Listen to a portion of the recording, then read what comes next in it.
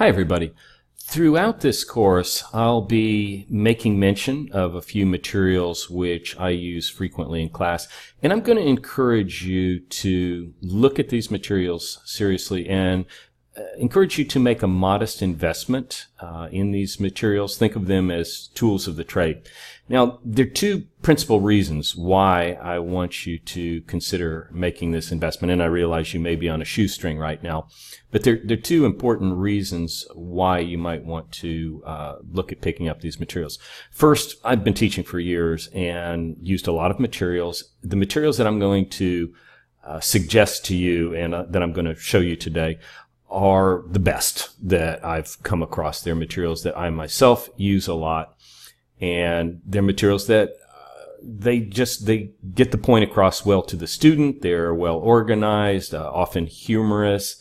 The students like them, and they're just good teaching materials. The second reason is that using prepared materials is going to save you an awful lot of time when you're doing lesson prep, and that becomes increasingly important as you fill up your schedule, as you add more students. You know, you can spend really a lot of time in lesson prep. I know I did when I started out, and by making use of good prepared pre-done materials, you save yourself a lot of time. Okay, all right, so what I'd like to do in this video is look at a pair of grammar books. Boo, I know. Okay. Essential Grammar in Use and English Grammar in Use, both by Raymond Murphy, and both available from Cambridge University Press. Let's take a look at Essential Grammar in Use first. This is the one with the red cover, and it's for beginners up to, let's say, pre-intermediate level. And let's just dive in a little bit. So here's the table of contents. This may be a little bit small for you to see, but you can find these, by the way, on Amazon. So you can go on Amazon, have a look inside too, and poke around a bit. But the first part of each of both of these books is a review of verb tenses. So you have the present tense, past tense, present perfect, which you'll learn a lot about. Future gets into things like modal verbs. Those are verbs like can, could, may, might, would, should. Okay, and auxiliary verbs, questions, etc., etc., etc. Now let's go down, and I'll show you how an individual lesson is structured. And I think that's what makes these books so good.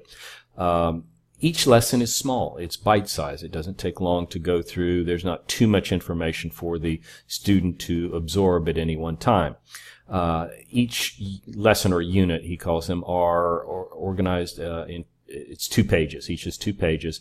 The left-hand side is the actual lesson, and the right-hand side is the exercises. And you can see that the units are broken down typically into 3 or 4 little subsections there. There are nice little diagrams which make things easy, illustrate the points. If a topic is large, then Murphy will divide it into 2 or 3 units to keep the units bite-sized. The exercises are good.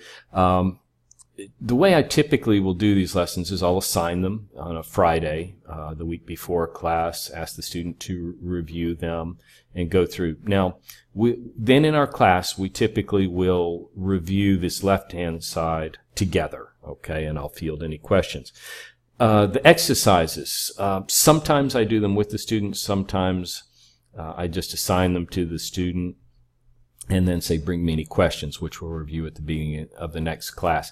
It kind of depends on, how difficult the material is for the student. There's some topics such as modal verbs, can, could, would. When do I use could or might or should? Those are tricky questions. There are a lot of fine points there. And so those typically, I'll do those exercises in class together with the student. So these lessons might go more quickly, or they might take longer, depending really on the nature of the material and how in depth you want to go. So anyway, as you can see, each unit is organized in the same way. There are also a lot of good materials at the end of this book. Let's skip down here to I think it's 244. or appendices. Yeah. In the first book here, there's a very good review of irregular verbs. Now, here, Appendix 2 is just a listing. Appendix 3 I really, really like because it groups irregular verbs into families, and although they're irregular, there are patterns, and this page really clearly presents these patterns, makes it easier for the students to memorize this material. So that's very good. There are also some additional exercises. So if a student needs more help in a particular area, she can come back here and find additional materials. There's also what Murphy calls a study guide, which is really kind of an assessment where you can go here and the student can answer these questions, and then based on where she's missed, the question, then okay, we want to look at that particular chapter. All right. So this is really good when you first start working with the student to sort of figure out what you need to cover. Okay, so that's the essential grammar in use. The English grammar in use is the blue book, and it's organized in the same way. The appendices will be a bit different, and some of the topics will also be different. That's an interesting point. Okay, so in this book, which again is for like intermediate up to maybe strong intermediate, the topics, there are a lot of new topics in here. There are also some of the same topics that you would like some of the same verb tenses that you would have seen in essential grammar in use, but covered at a more in-depth level. Okay, so they're pretty good. Now, I should note there is also a green book in this series. It's an advanced book. It's a different author. It's not Murphy, but it's organized in the same way as essential grammar in use and English grammar in use. I don't particularly care for it, though, and I've used it with a couple of students, and they didn't particularly care for it either. It's kind of, frankly, I think, odds and ends. What wasn't covered in the blue book, they just put in there, and I don't find it as good. When I have a student who's quite advanced, I will typically either use the advanced English grammar from Espresso English, which I'll talk about in another video, or I pull materials off of the internet, or sometimes I'll even construct a lesson for that student. But I wouldn't encourage you to make the investment in the green book. I think that you should buy either or both the essential grammar and use, the red one, or the English grammar and use, the blue one. I have both, but if you're going to specialize, for example, in beginners, you really only need the red one. If you're going to never work with beginners, then you could safely just use the blue one here. Let's see what else. So as I mentioned, you can find these on Amazon.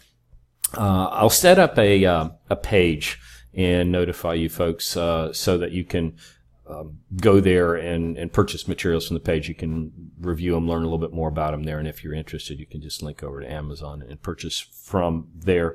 I would encourage you to get the books with the CD. You can buy the books with the CD or without the CD. It's good to have the CD, so you have the material in digital form. That's great if you're traveling around.